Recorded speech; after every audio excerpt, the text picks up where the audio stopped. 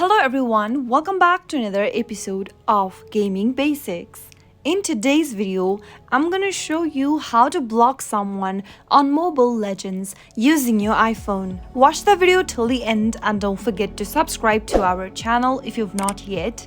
Press the notification bell so that you'll never miss another upcoming upload from us. To block someone on Mobile Legends, the first thing to do is to make sure that you open up your Mobile Legends game and also make sure that you are logged into your account. Once you're inside your main homepage, tap on the social icon on the right hand side menu. Now, under the social tab, you'll be able to see your in-game friends list, Facebook friends list, close friends, following and followers list, and nearby friends. Go ahead and select any friend you'd like to block and tap on them. Now, tap the followed button and tap on OK to unfollow the player first. Once you unfollow the person, tap on the block icon right above the check button. To put the player in the blacklist or block them, tap on OK and you've successfully blocked a person